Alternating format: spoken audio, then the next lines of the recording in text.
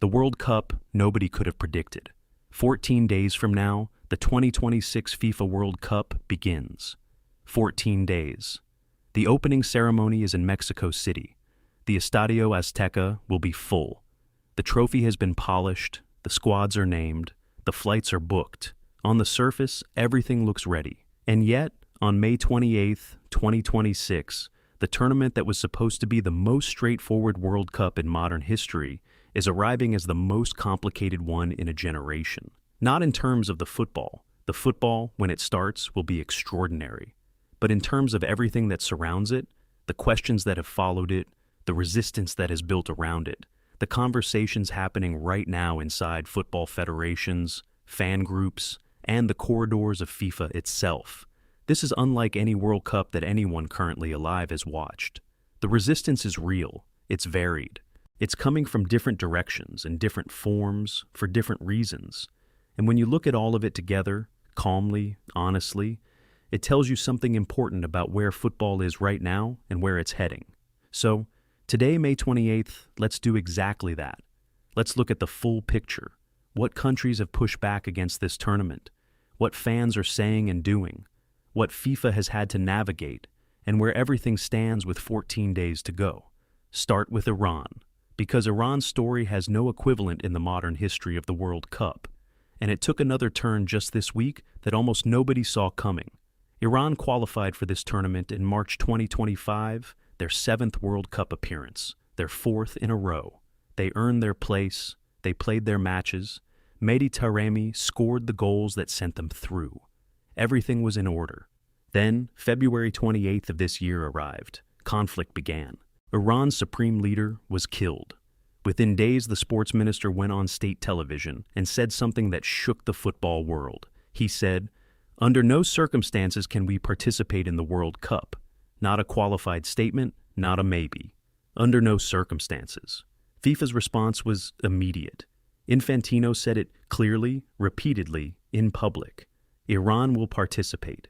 He said it at the FIFA Congress in Vancouver in late April, where he opened his remarks by saying, "I am confirming straight away, for those who want to say something else or write something else, that of course Iran will be participating." He said it like a man who had been fighting that battle for 2 months and was exhausted from having to fight it. What followed was extraordinary. Iran's football federation refused to fully back down. They released a 10-point ultimatum. They demanded guaranteed visas for every player and every member of staff, specifically naming Mehdi Taremi and Captain Ehsan Hajsafi, whose mandatory military service histories had complicated their applications under U.S. immigration classification. They demanded their national anthem played correctly, their flag respected, their delegation protected at airports, at hotels, and on the roads between venues. They asked FIFA to move their group stage matches from the United States to Mexico. FIFA said no to the match relocation. Their base camp in Tucson, Arizona, planned and approved months earlier, became the subject of back-and-forth negotiations that dragged on for weeks. And then, just days ago, the story shifted again. Iran relocated their base camp, not to Tucson, but to Mexico, specifically to Tijuana, directly across the border from San Diego. The U.S. government had refused to allow the Iranian squad to stay overnight on American territory. The solution brokered between the Iranian Federation, FIFA, and Mexican President Claudia Sheinbaum's government was this: Iran will base themselves in Mexico for the entire tournament. They will cross the border into the United States for their matches. They will play at SoFi Stadium in Los Angeles on June 15th against New Zealand, and again on June 21st against Belgium. Then they will travel north to Seattle for the Egypt fixture on June 26th. And after each match, they will return to Mexico. Think about what that means in practical terms. A World Cup team crossing an international border before and after every single group stage match, flying from Tijuana to Seattle and back, managing jet lag, recovery, training schedules, and squad preparation across 2 countries simultaneously, all while navigating the most complicated diplomatic situation in the history of any nation attending this tournament. Iran's federation president said the team may even be able to use Iran Air flights between cities, which would mean using their own national carrier to move between matches on American soil. another logistical arrangement without any precedent at a World Cup. The total travel time from Tijuana to the match venues in Los Angeles is roughly 55 minutes by air, according to Federation President Mehdi Taj. That's manageable. But the cumulative weight of the arrangement, the border crossings, the visa uncertainty, the documentation logistics, the diplomatic choreography, adds a layer of complexity that no sporting team has ever had to deal with at a tournament of this scale. Whether specific players would require individual U.S. entry authorizations for each match day, or whether a blanket tournament credential covers the transit, had still not been fully confirmed in public reports as of this week. What is confirmed is that FIFA officially approved the base camp relocation to Tijuana, that the squad will train at a facility near the Pacific coast along the Mexico-U.S. border, and that Iran Air may serve as the team's carrier for domestic legs inside the tournament zone. Infantino watched Iran beat Costa Rica 5-0 in a warm-up match in Antalya, Turkey, while he was there for bilateral meetings with the federation. He stayed to watch the entire game. That detail, the FIFA president sitting in the stands watching Iran's warm-up match, tells you everything about how seriously this relationship has been managed at the highest level. And as of today, May 28th, Iran's participation is confirmed. Their base is in Tijuana. Their itinerary is set. They are going. Whether they should have to go through everything they have gone through just to get there is a different question entirely. But they are going. Now let's talk about Europe. Because while Iran's story was unfolding, a different but deeply related conversation was happening across the continent that football has called home for over a century. The Netherlands went first and went loudest. A petition with 174,000 signatures was formally presented to the Dutch parliament, asking the national team not to attend. 174,000 Dutch citizens putting their names to a document and asking their football association to stay home. The KNVB's response was careful, almost painfully careful. Their president said the Netherlands would not boycott and then added the phrase, "so far." 2 words that did an enormous amount of work. Not, "we are going," not, "this is final." So far. Germany had the same conversation at an institutional level. O'Catlick, one of 10 vice presidents of the DFB, went to the press with it. Not a fringe voice, not a protester outside a stadium. A sitting official of one of the most powerful football associations in Europe. He told the Hamburger Morgenpost that the time had come to seriously consider a boycott. He invoked the 1980 Moscow Olympics. He asked whether the situations were comparable. He named FIFA's president. He asked what the threshold was. The DFB executive met, discussed it formally, and released a statement on January 31st. Germany would not boycott. But the fact that they had to say so in a formal public statement after an executive meeting tells you the conversation was not hypothetical. Former FIFA president Sepp Blatter went public on January 27th and said in his own words, "Avoid the United States." He backed calls for a fan boycott. Mark Pieth, a Swiss anti-corruption lawyer who had worked on FIFA governance reform during Blatter's presidency, gave an interview to the Swiss daily Tages Anzeiger in which he said fans should stay away. He cited specific incidents. He named his reasons. He wasn't speaking in abstractions. He was speaking from direct experience of how FIFA operates, and his advice landed with weight that a random voice couldn't have carried. Spain had the conversation too. Government officials raised it. The question was put publicly. The federation had to respond. France's sports minister said there was no desire for a boycott. Belgium's Royal Football Association said it was focused on sporting preparations while keeping an eye on developments. Denmark, whose territory of Greenland had been at the center of one of the year's most sensitive international discussions, found itself more personally entangled in the politics of this tournament than almost any other European nation. And through all of it, not a single major football federation formally withdrew. Not one. Every nation that qualified is going. The structural reality of football governance made it almost inevitable this would be the outcome. FIFA's statutes are designed to prevent politically motivated withdrawal, fines, suspensions, potential expulsion from future competitions. The consequences of withdrawal are severe enough that no federation, however uncomfortable it might be, was going to pull the trigger. But that outcome, every team going, doesn't mean the conversations were insignificant. It means the opposite. Because when you look at what these conversations actually were, they were a reckoning. Not a boycott, not a protest. A reckoning with what it means to host the World Cup, what it requires of the host nation, what the governing body owes to the values of the sport, and where the line is between football's role as a unifying global force and its role as something else entirely. The fans are the third strand of this story, and in some ways the most honest part of all. A Facebook group called Boycott FIFA World Cup 2026 in USA has over 25,000 members. Social media hashtags carrying the same sentiment have circulated across every major platform for months. Former FIFA President Blatter explicitly endorsed a fan boycott. Swiss attorney Mark Pieth told fans simply, "Stay away from the USA." And the data suggests that advice has been listened to. Not universally, not catastrophically, but measurably.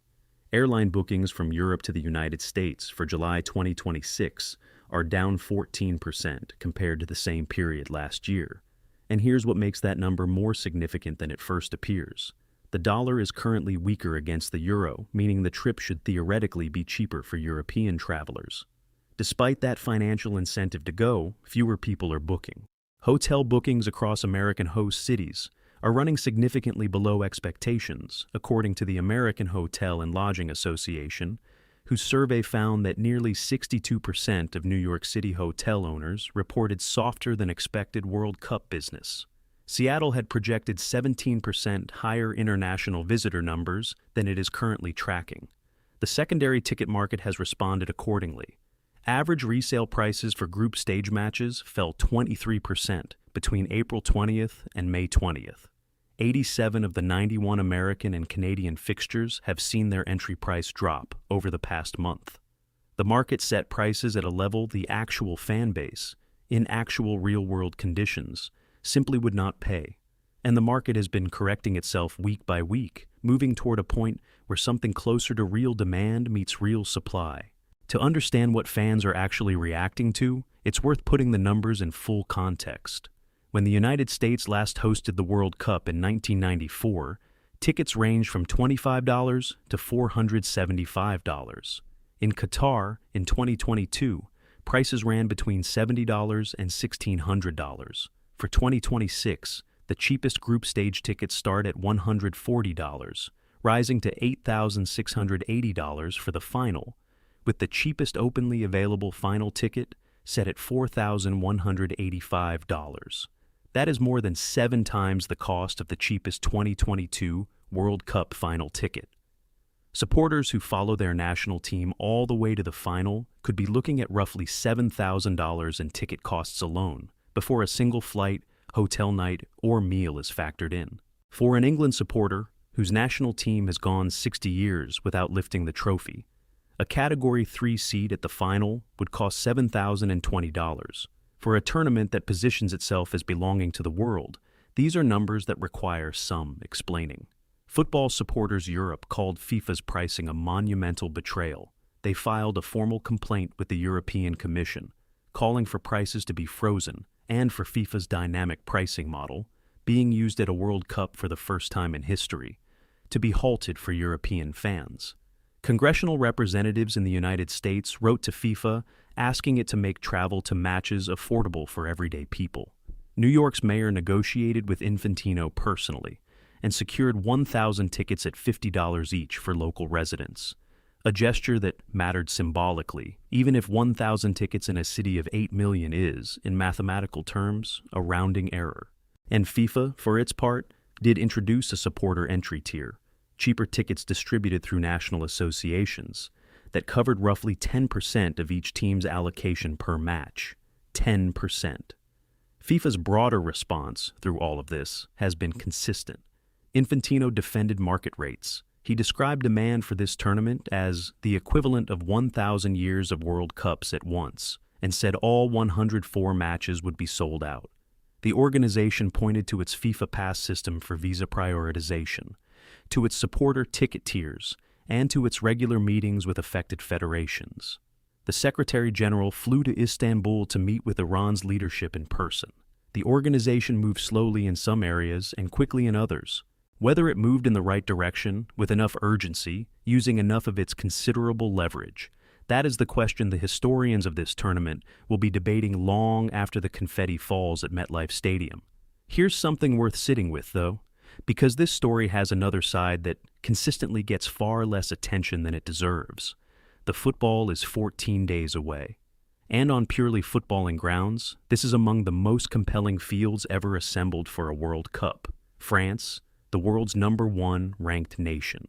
Kylian Mbappé is 4 goals away from breaking Thierry Henry's all-time France scoring record, and this is Didier Deschamps' farewell tournament as national team manager, a man who has delivered a World Cup, a runner-up finish, and a Nations League title to France across his long tenure. In 2022 in Qatar, Mbappé scored a hat-trick in the final and still finished on the losing side. That finish, so close and so painful, is the engine that drives France into this tournament with something to settle. And Mbappé and Haaland are in the same group. Group 1. 2 of the 3 or 4 best players on the planet sharing a group stage. Norway, at their first World Cup since 1998, face France on June 26th in Boston, in what could very well be a first-place showdown and one of the most watched matches of the entire tournament. Erling Haaland, who guided Norway to qualification for the first time in 28 years and scored 16 goals in 8 qualifying matches, including wins home and away against Italy, has never played a single minute at a World Cup. The anticipation around what he might do on that stage is genuine, and it is warranted. Argentina, the defending champions. Lionel Messi at 38 years old, managing an injury concern his federation has been conspicuously quiet about this week. The question of whether this is Messi's last World Cup, or whether it is the World Cup where Messi, somehow impossibly wins one more, is one of the great ongoing narratives of global sport.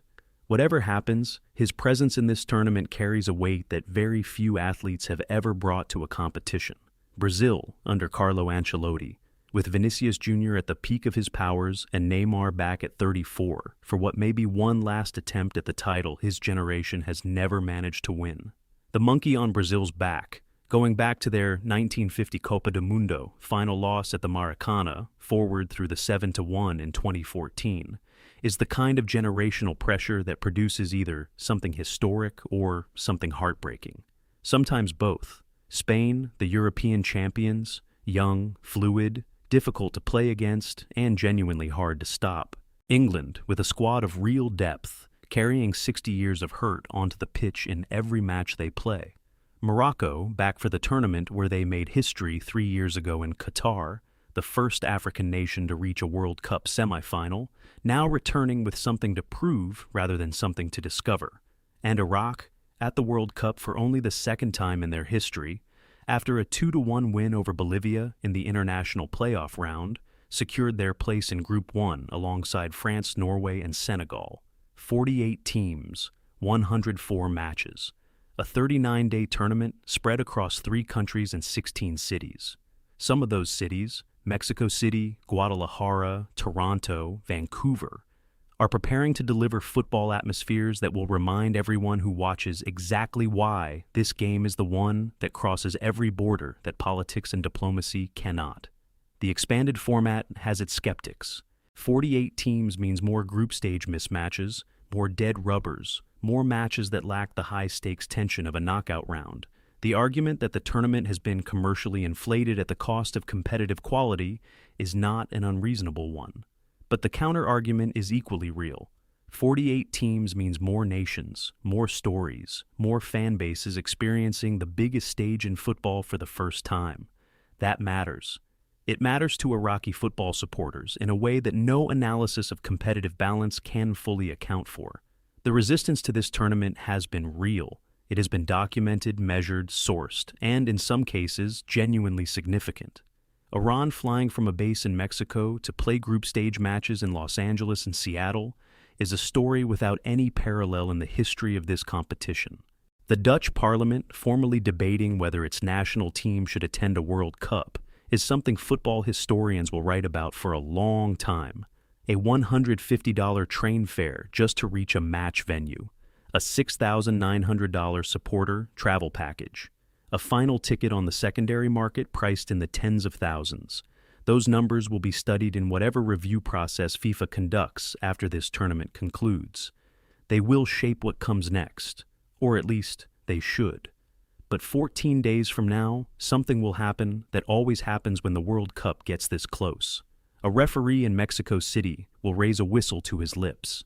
The Estadio Azteca, the ground where Pelé lifted the trophy in 1970 and Maradona scored the goal of the century in 1986, will fill with the sound of 87,000 people who have been waiting for this moment their entire lives. And the football will start. Football, when it starts, has a way of making everything else wait. The politics, the prices, the protests, the petitions, they don't disappear. They stay in the room. But the game begins. And the game is the thing that billions of people across every continent actually came for. It is, for 90 minutes at a time, the thing that makes all the rest of it worth arguing about. Whether 2 weeks from now the feeling is exactly the same as every World Cup before it, or whether something has genuinely and permanently shifted in how the world relates to this tournament, that is a question only the tournament itself can answer. 14 days. The resistance has been heard. The football is coming. And 2026 is going to be one for the history books, one way or another.